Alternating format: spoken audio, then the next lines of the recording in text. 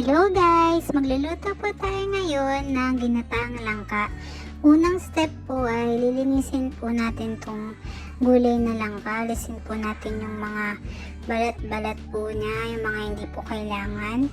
Tapos dito po sa ating pan, magsusuti po tayo ng ginger, garlic,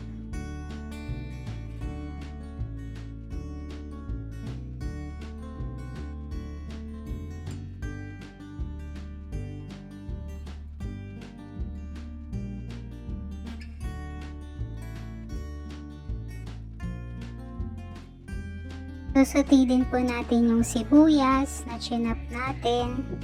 Lutuin lang po natin to lahat ng mabuti. Tsaka po natin ilalagay yung 1 tablespoon natin na alamang po. Bagoong alamang.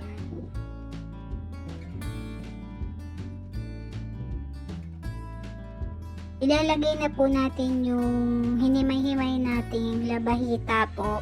Yung procedure po nito, binabad po namin yung labahita. Dried labahita po ito nabibili lang sa palengke. Tsaka po natin hinimay-himay.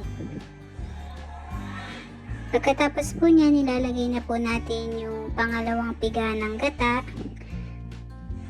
Halu-haluin lang po natin to at yung tinik po niya, strain po natin para masimot pa po yung mga flavor ng labahita natin.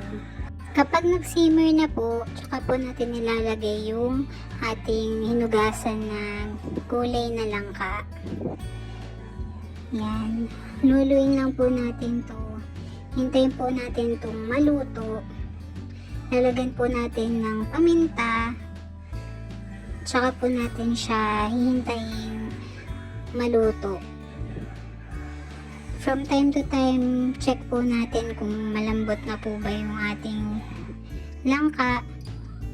Kapag malambot na po, doon na po natin ilalagay yung unang piga ng gata.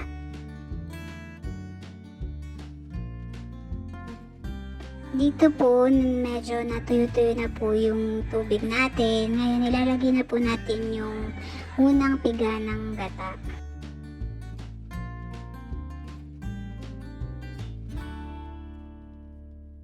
Lalagay po tayo ng 1 tablespoon ng sugar po dito at yung 2 siling bread po natin. Wala lang po kaming siling green pero mas okay po kung may siling green.